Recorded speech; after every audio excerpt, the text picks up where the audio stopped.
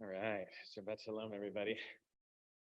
Mazel Tov to Dori, did such an incredible job. I'm happy to be back. I was on vacation for a couple weeks, and it was really sweet. I'm totally unwound and relaxed. Good. Now the high holy days are coming. I like step back into peak anxiety here at Ikar, and it's all I can think of. It's all we can think about, and all I can talk about. In fact, I have this theory that that rabbis devote the month of Elul to preparing for the high holidays because we're stressed out. So we'd like you to be stressed out too. We don't want you relaxing while we're freaking out. But really, it's more than that. We should be not stressed out, but preparing. Tradition designates this month, the month of Elul, as a month of preparation for the 10 days between Rosh Hashanah and Yom Kippur, the 10 days of tshuva, of return, of repentance, of repair. So in this month, whenever we study Torah, whenever we read the Torah, when we read these last parshot of the Torah, we rabbis, we're always looking for tshuva. We're always looking for the themes of Elul, the themes of the upcoming high holidays. We're looking for stories of tshuva. The problem is, with a parsha like Teitzei, which, as Rabbi Brow said, is all laws, 74 laws. There aren't any stories.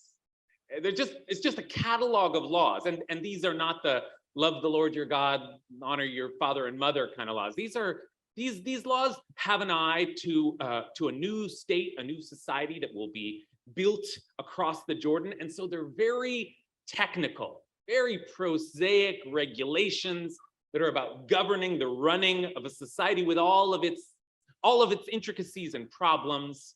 So there's property law, laws of inheritance, agricultural law, family law, criminal law, loans and payment.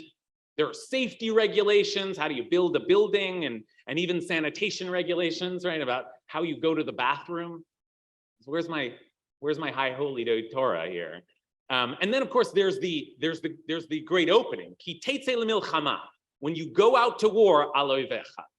You go out to war against your enemy. The laws of war, dealing with those savage realities and what to do. What to do. The first laws they discuss are what to do with captives.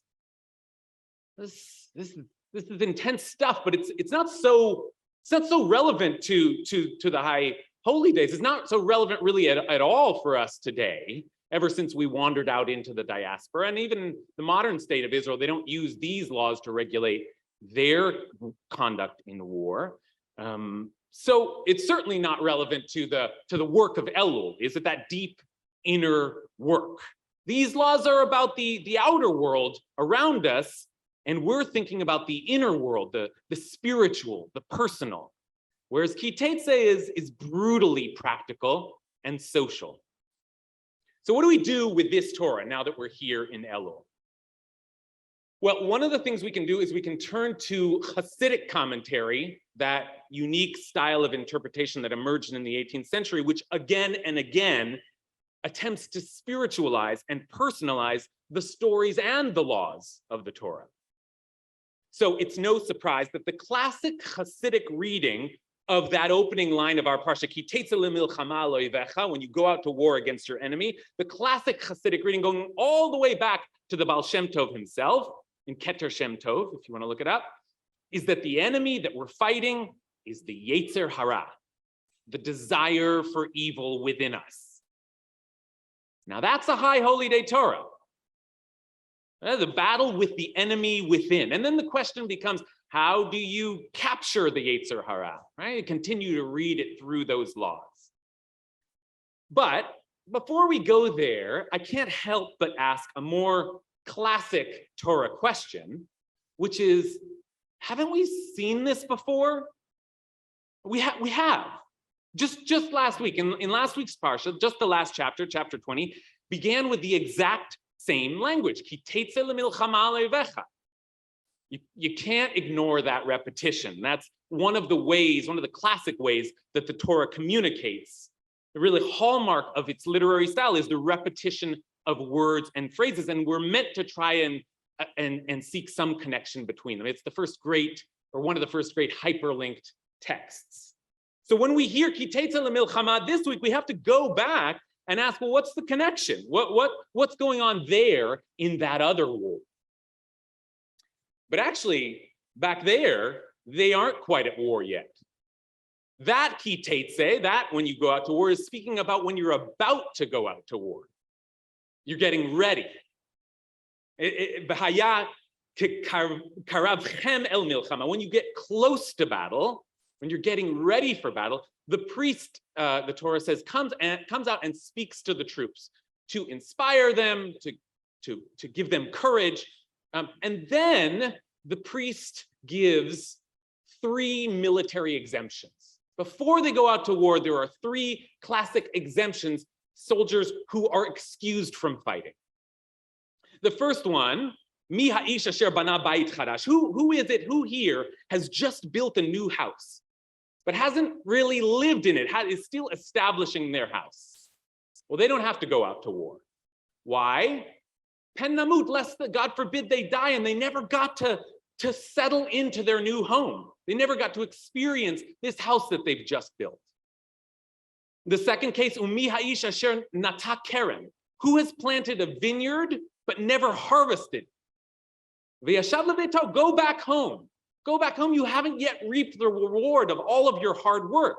And maybe when you return, someone else will have taken it or it'll be destroyed.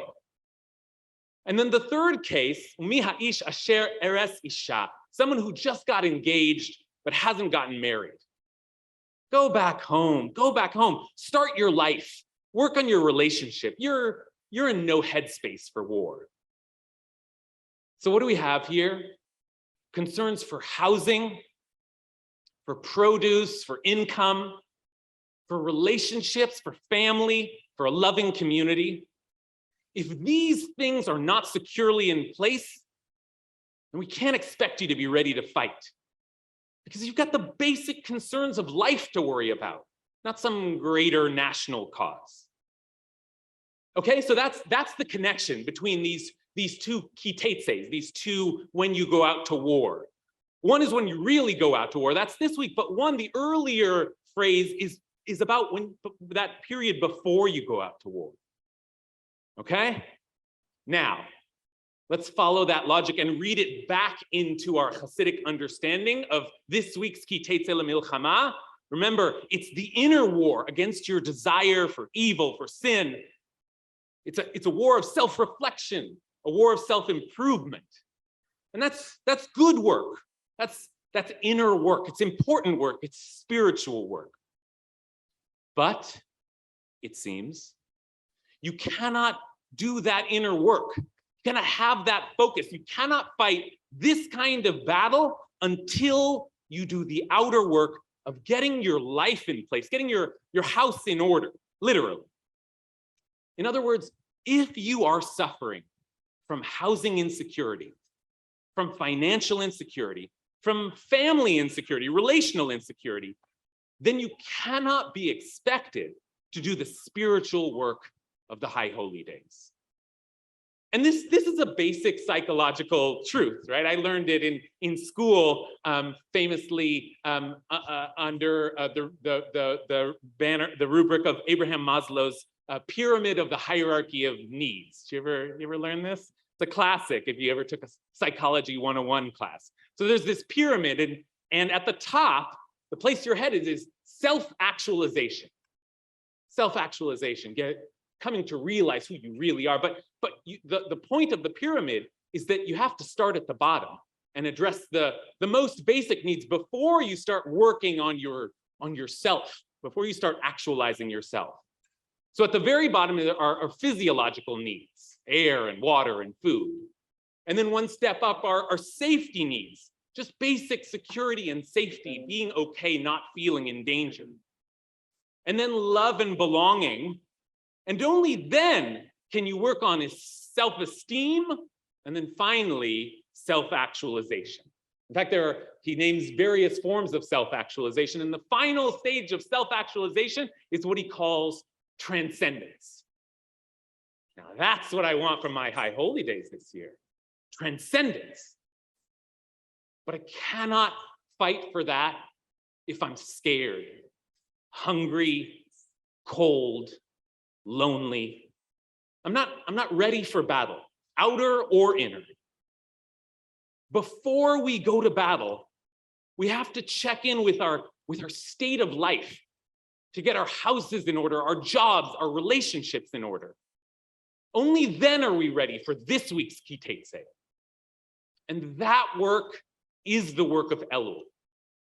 Elul is the battle before the battle, the preparation, the checking in to see if we're okay, if our most basic needs are in place.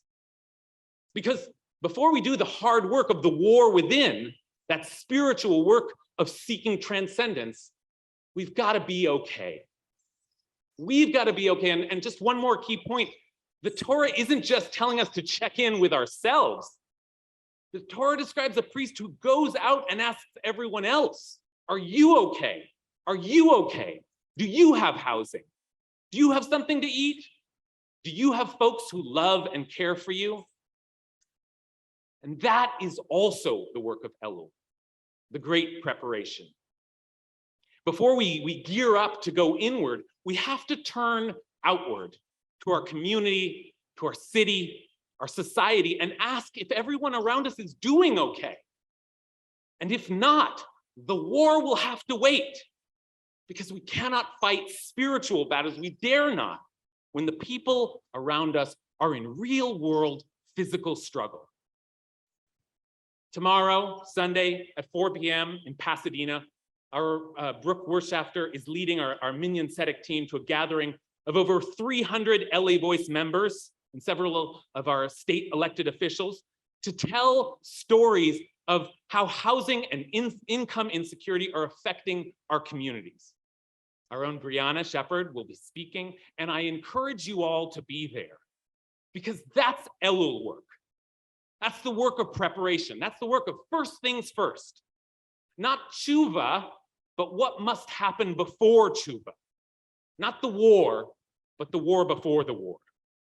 So let's fight for everyone, so that every one of us will be ready at the dawn of this new year to transcend together. Shabbat Shalom. Man.